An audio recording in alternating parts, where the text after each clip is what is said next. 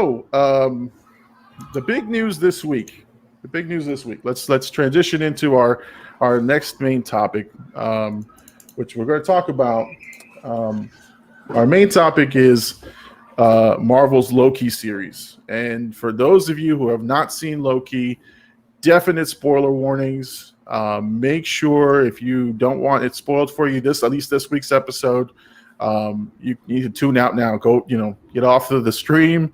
If you're watching this recorded, stop now. Maybe fast forward a little bit. But we're going to talk heavy spoilers on Loki. So let me cue up Loki here.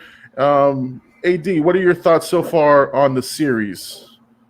On the series, honestly, the first episode has to be one of the best first episodes of any series I've seen in a very long time. Like captivating and like kind of keeps you guessing on like what's coming next and what's possible in this universe, because there's a lot. We're gonna get into it, but a lot of things that we kind of knew as Marvel fans that they kind of like changed now. You know what I mean? And it just begs the question of what else is gonna be.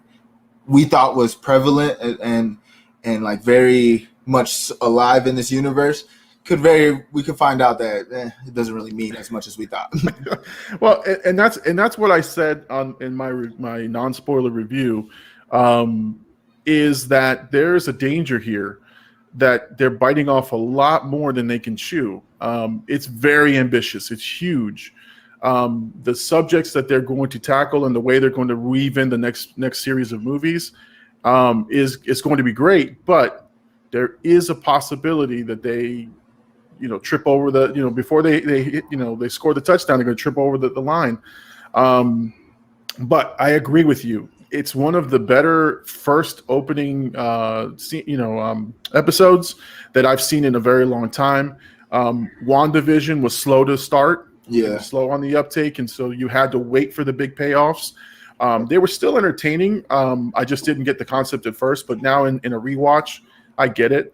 And then Falcon and the Winter Soldier, I think from a perspective of the movie quality, like jumped right into the action. So, but there were still some things that you were kind of iffy about. But Loki, you know why? Loki started with the Avengers, and when you see that the Avengers sort of pop up, and then you sort of remember exactly what scene that is.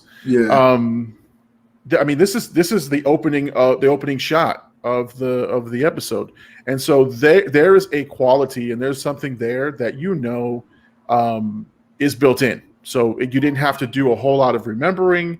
You didn't have to think back. Oh, what was that? They put you right into the action right when it starts. So and it answers the question of where Loki went in Endgame, or when this was Endgame, right? When they did the time loss, I believe. Yeah. But it answers that question because in Endgame, he just takes the Tesseract and they never mention him again. So this kind of just literally just keeps you. I think the opening scene is probably a couple minutes after this scene itself. Yeah. I mean, right there, it's look. And here's the thing: is that I remember watching Endgame, and like being in total dread, like what happened to Loki? And I know they glossed over, and I thought, oh man, that's a hole in their plot, or that's a hole in their story, which it might have been. It might have been, but it gives Loki a natural progression. Like, okay, you can't just he's dead. He was dead in Endgame. When now he's alive and well. So again, I'm sure it was done purposely, but it perfectly transitions to the Loki series because now you have room to work with Loki, because it would have been really weird to resurrect him, Yeah. So it was probably the best way to bring him back, and it's probably the smoothest way to bring him back, to be honest. Yeah, and like I said, and the thing about Loki is, and the one thing I had to keep reminding myself is that this isn't the Loki who you've now seen through a series of movies. This is the old Loki who still has those devious ways. And so there's a lot of growth that he has to go through, even in this series, for you to even trust him to be at that same level, Loki, that he was in Endgame, because and they did a masterful job of reminding you of that in the series, that he hasn't experienced this stuff yet. So yeah, I mean, and then he takes the Tesseract and he's just he's a master with it, but which now again, so this transitions to we go from here right into some new material, right? So you go right into meeting the TVA and some of the agents and everything else. So I found it to be fascinating, and I was just captivated. I didn't know what these guys were. They just showed up out of nowhere. But when they said we need to reset the timeline and set down a charge, I was hooked. I was like, oh no, where's this going? Where's this going? Now I am confused on when they put the charges down. What does it reset the timeline? Like destroys it, or it just like reverses it to when? I guess maybe before that moment. Maybe, and that's another good question, and that's probably what a lot of Marvel heads will be, talking about all this week, is what exactly does it mean to reset the timeline? Like, did Loki never land there, and the people are like, what they do, like a Men in Black, and erase the memory? But I think I think what was really cool is that now I start to think about, because they call them a time variant, right? Yeah. And so now I think about other time variants, right? Gamora, the other Nebula. Yeah. Are they time variants? Even though they addressed the Avengers, I know they said the Avengers were supposed to do that, but I think they cleaned up that whole thing with that statement that the Avengers and what was happening in those movies were supposed to happen under the guides of who is the leaders of the TVA? Oh, it was oh god, it was a lizard. Those lizard people. We got to look that up, man. Yeah, we gotta look that up. Let me see. It said it was the lizard people, or it was three people. It was three. I'll let you look it up, because I do have another thought here. Yeah, go ahead. So again, the TVA thing was great world building for sure, and what for those that know the comics, better than I do. Remember, I'm if you know my channel, I'm just a regular guy who watches these things and is entertained. I listened and read comics as a kid, but I don't know the lore as well as some of the other people. But instantly hooked about this TVA and this new world that they're building, and just knowing that there are other time variants out there. And I did see that there was some mention that Peggy Carter, Agent Carter, was a time variant. That it's a theory, and someone says that they saw her in the background or something. Yeah, right? like when he first arrived into the TVA, the first person you see is like a time variant police, like trotting her right behind her, and it kind of did look like her. Right, which begs to the question is Captain America, Steve Rogers, is he a time variant?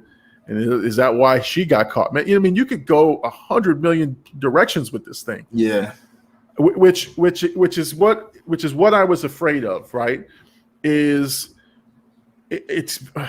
and Marvel is not lazy in terms of their writing but it is so much convenient plot devices that can be instituted. Right, again, if you want to bring Agent Carter back with Steve Rogers, now it's their time variant, episodes, right? I don't know. It's a dangerous, sort of opening to have. I think, because I found out that the writer of this, Michael Waldron, he wrote this, and he's also writing, or he wrote the final script for Doctor Strange. Oh, okay. So I think this show has I honestly think they're gonna lead us into Doctor Strange with this show and explain why, quote unquote, the multiverse is going mad. You know what I mean? And they're called the Timekeepers, who created the. That's right. TVA. That's right. The Timekeepers. There's three of them. That's right, and they're I think known to be like the gods and everything like that. They basically took the multiverse and put it, or how they explained it, which I thought the propaganda in the cartoon side of the TV. It was so creepy.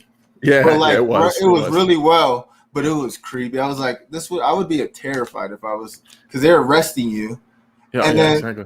they're kind of like they vaporized some dude who was kind of a douche the whole time, and they just like.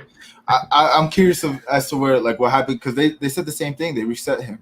Right. But it's like, where? And how did he get there? Like, he has who is Loki. Yeah, who is it? He was like a stockbroker's son or something. I don't know. Like that again. That's the danger in doing this. But it makes for interesting TV. The one thing I will say, and we'll talk about, the TVA and Owen Wilson's character and who he's looking, or Mobius, what he's looking for. But from I always look to my wife and my kids to sort of gauge what will be the reaction to the public, right? And my wife basically said, look, if this is going to time travel, and because she's a casual fan, she's a fan, but she's a casual fan. So I sort of looked to her to say, okay, what's the casual fan sort of looking at? And she said, if there's going to be time travel and they're going to be fixing timelines, and I'm going to have to pay attention and figure out who's who, I don't want to watch this series, or it's going to give me a headache. And that's the danger. Now, again, a little bit more deeper, the new rock stars, Eric Voss, all those guys, they're going to have these crazy breakdowns with everything in there. And for the big Marvel, heads out there, they're going to be for Marvel theories. It's going to go crazy. It's going to be WandaVision times 10, because WandaVision, I've never seen more people engage in theories than with WandaVision. So I think this show like opens that kind of can of worms, because like you said, there's like, they can literally do anything and explain it through these variants. Because I think even like in WandaVision, Quicksilver. Oh yeah. He wasn't Quicksilver. So was he just a variant? Exactly. Hey, look, we got a commenter here.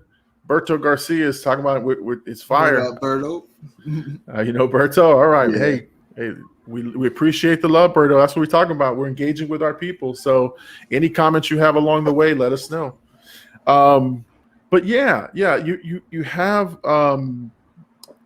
again with the series, with Quicksilver, that to me was crazy, because it was a Quicksilver from another movie series, and they said it was his brother, then it wasn't. But it's a helpful way to introduce other characters who they want to keep, right? Yeah. Now they can turn them into Quicksilver and just say the boner dude is just a variant, and now we have Quicksilver in the universe. That's not her brother, because that technically would that be? Yeah. See, now is her brother a variant of him, or what I mean? Or are they two different people? Oh, exactly. And so that again, who's going to have a field day with this? Deadpool. Yeah. Oh man. Deadpool's. The stuff writes itself for his movie. All this time variant. He's going to be joking about which variant are we in, which timetable. Hey, are you the right Quicksilver? That type of thing. I'm telling you, it sets it up perfectly for him. All right, but what we'll transition to is this part of Loki, which again, so part of the series that the episode, they're looking for someone who's killing agents, TVA agents, right? And so they ask, right, who's killing the agents? And this eyewitness points to this devilish-looking character, which I've seen online, people saying it's Mephisto, which they said that's not going to happen. But in the series, right, they said we're searching for you, Loki.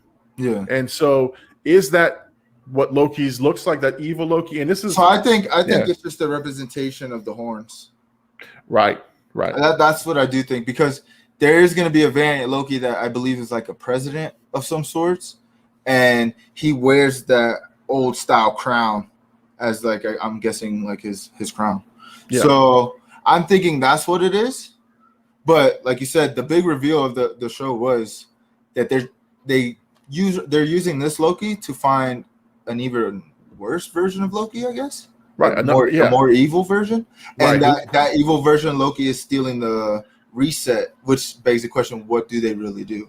Right. Oh, exactly. And I think he's got 2 resets now. Has killed a bunch of agents. And if it's Loki from the medieval times, what other powers does he have? You know, The Marvel theory is it's a woman version of Loki. Oh, that's right. There's a female Loki type character. So they're saying it could be her, and she's not as evil, but she is stealing these things, and there's going to be probably a switch. And a part of me wants to think that the TVA is bad in some form or fashion. Like I feel like they might be the main villains when it's all said and done. It might be a setup, right? They might be using Loki because he can do certain things to forward their agenda, and they may be nefarious in their plans. So, no, I agree. I think it can go a number of different ways. But let's talk about the one thing that pissed off a lot of Marvel fans. The Infinity Stones just sitting in a drawer, the Tesseract being picked up by, these random TVA agents, where, the Titan Thanos had to have a gauntlet to, wield this thing. These guys have it as one snap kills half of the universe. And the dude literally said, some of them use them as desk weights. But he specified some of them, like, nah, not even everybody uses them. Like, why would you? And he just opened the drawer, and it was just filled with every Infinity Stone. And Loki's just like, you guys just keep this here? Like, yeah. But the great thing about it too, because at the same time that they pissed off everybody, it was a moment for Loki to sort of realize that the TVA is legit, right? At that point, he thought, okay, this is a grand illusion. You're playing games with me. But when he figured out that the Tesseract was useless, the Infinity Stones, they're just sitting as desk weights, and there's a ton of them.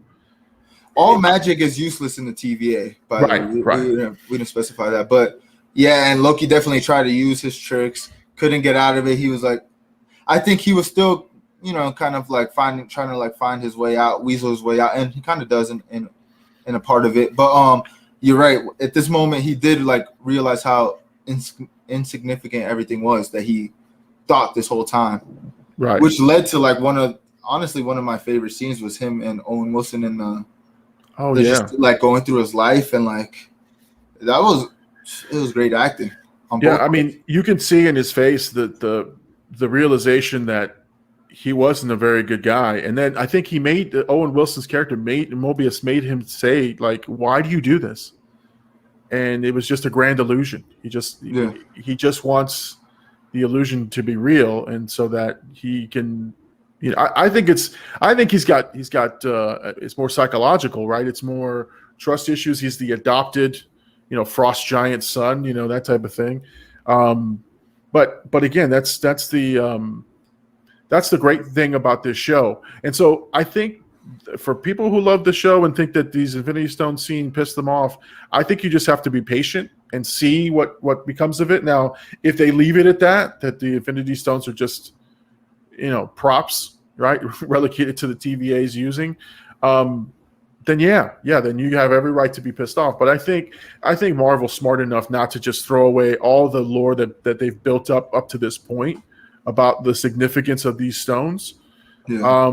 Because even going back to Guardians of the Galaxy 2, Peter Quill's dad, Star-Lord's dad, said, "Hey, I've heard of the guy who can wield an Infinity Stone." And Thanos is looking for him. So, like, there's got to be more to this. It's probably like if you were. The Infinity Stones do work on like our Earth still, right? So there's still like it's just in the TVA that they don't work. I just think that they're showing with this scene and like showing them in there, like they just collect them like if they were bad kids and they took their cell phone away. I just feel like they're just showing you that in this world they don't matter, but they also can just put them back. Like if a Infinity Stone gets destroyed in their timeline, in a certain timeline, and that can cause a variant, so they could just throw one back, and it will solve that problem. That's what I'm thinking from it. I don't think it's really necessarily that these are useless. I just think in the TVA they're useless. Plus, they showed like the TVA is huge. It's a whole world, because they showed like some Star Wars looking scene where it was just like flying cars and like big buildings. So like there's way more to the TVA than they showed even in this first episode. We just saw like interrogation room pretty much for the most part. Yeah, and that's what I was saying about the world building. Really, really gets me pumped to see what else the TVA is going to look like. What other characters are in there? You could do an entire series in that TVA world if it's real and if it's legitimate. But again, there's so much to digest in this first episode, and that's the greatness of the episode. Why we say it's one of the best episodes we've seen to start off a series, because there's so much generating in your mind of what can possibly happen. Right? Where is this story going? How does this affect the existing timeline? What are they talking about fixing the timeline? How the Chargers? All that stuff just sort of builds up. Now, the one great thing about the twist, right, that they gave you was when they revealed that they need Loki to find Loki.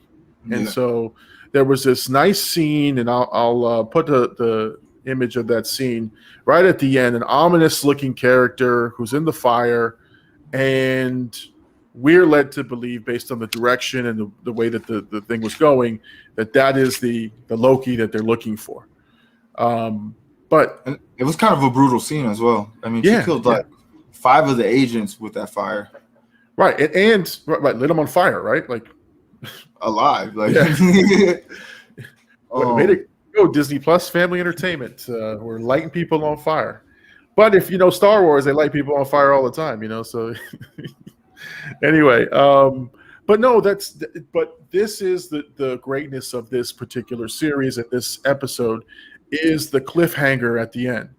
This is why the weekly, churning out these on a weekly basis and not giving you enough to binge this is why it's there, because they have cliffhangers and they have things to keep you talking.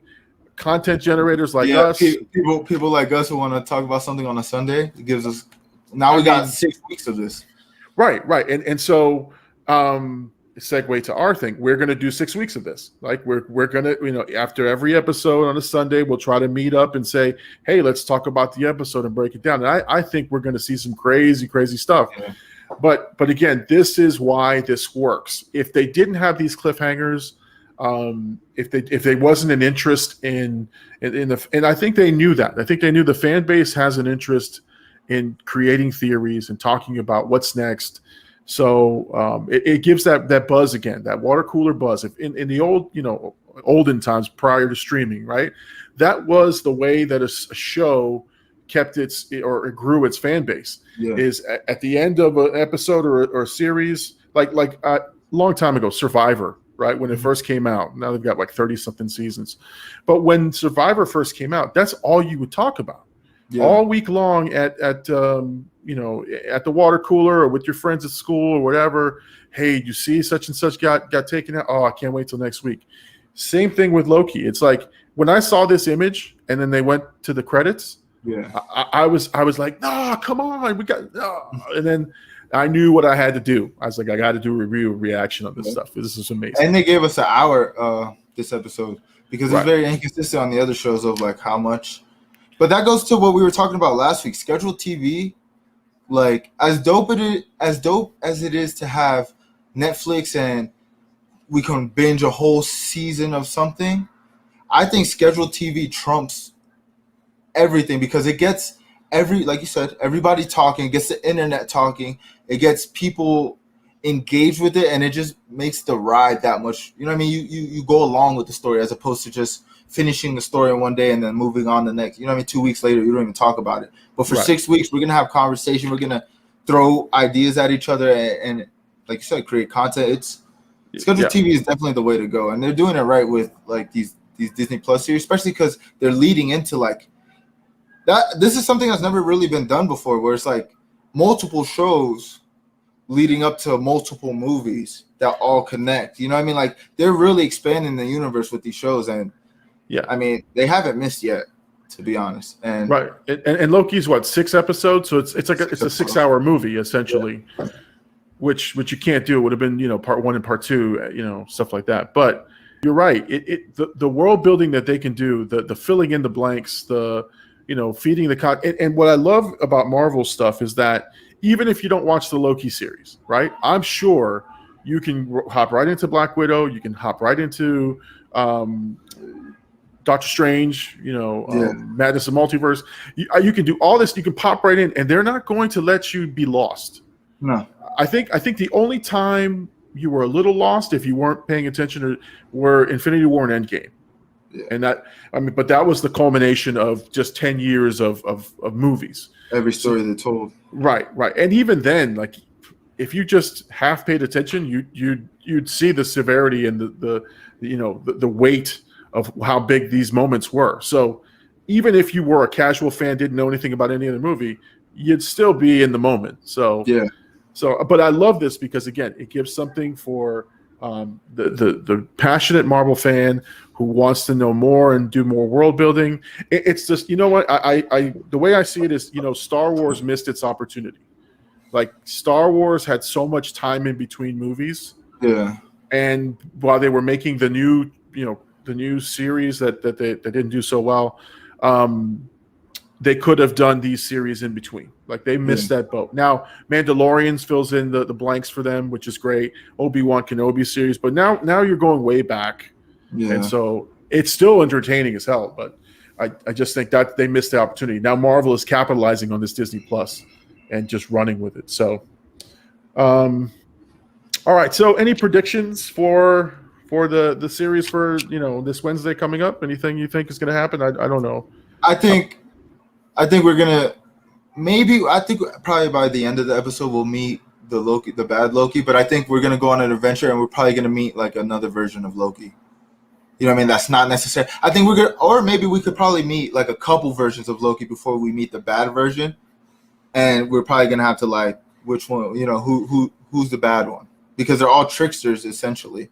So like we can't even trust our Loki in a lot of ways. You know what I mean? Like you said, he's still. I mean, they try to do a very good job of like filling him in, and also like kind of giving him the same knowledge we got from our version of Loki. Right. So it doesn't feel like a different Loki, because now he knows he set his mom up, and now he knows that he kind of turned good towards before he died, and he went up face to face. He even watched himself, which I thought was like, it was no words, it was just expression. Some of the best expression acting I've ever seen.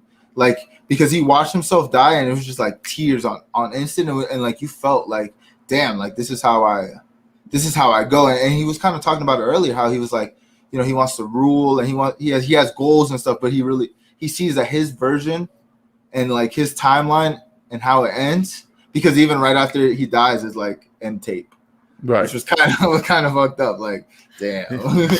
It's like, all right, that's it.